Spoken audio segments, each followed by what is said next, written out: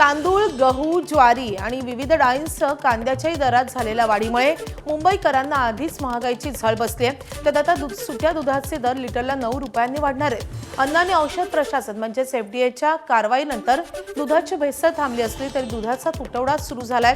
त्यात खासगी दूध डेअऱ्या मनमानी करत असल्याचा आरोप दूध वितरक सेनेकडून करण्यात आलाय.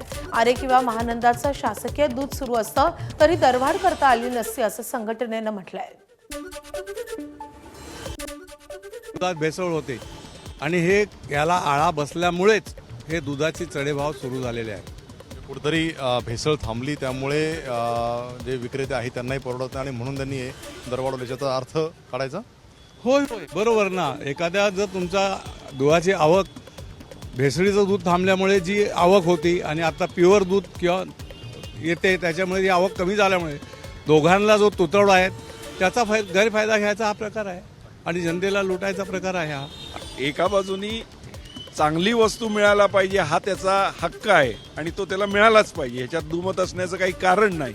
पण याच्या बरोबरीने त्याला योग्य वाजवी दर मध्ये हा बसवणे हे सुद्धा शासनाचं काम आहे.